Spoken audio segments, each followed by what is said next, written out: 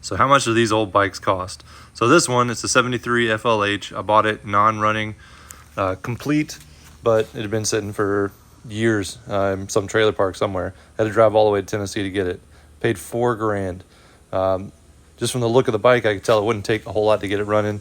You can look at certain things and figure out whether or not it's got some like major issues, if it kicks over, transmission shifts, all that sort of stuff. Those are all things to look at.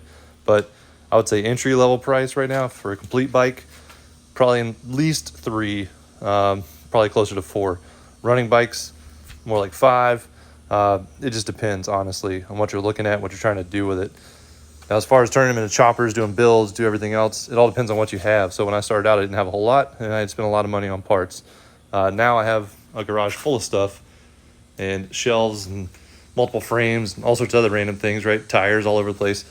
So it's a lot cheaper for me now because I have a lot of stuff from swap meets and everything else. I can mix and match parts and build bikes however I want.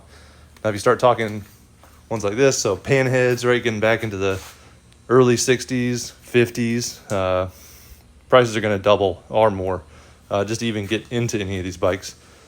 Parts for them, comparable in price, right? Because a lot of these are all interchangeable. You can run a lot of different styles of everything. Like you can take this motor and shove it into an Evo frame or anything, shovel head frame, doesn't really matter. They all fit.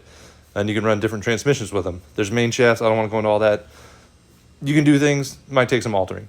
However, definitely interchangeable. So it just depends on what you're trying to get into and what price point you want to be at, right? So this bike is probably more in like the 12 to 15 range, give or take. Obviously, I got to fix the transmission, but I'm saying running, working, all that sort of stuff, right? And then this one's more in like the high 6s, mid 7s range, give or take, just because of the stuff that's been done to it. So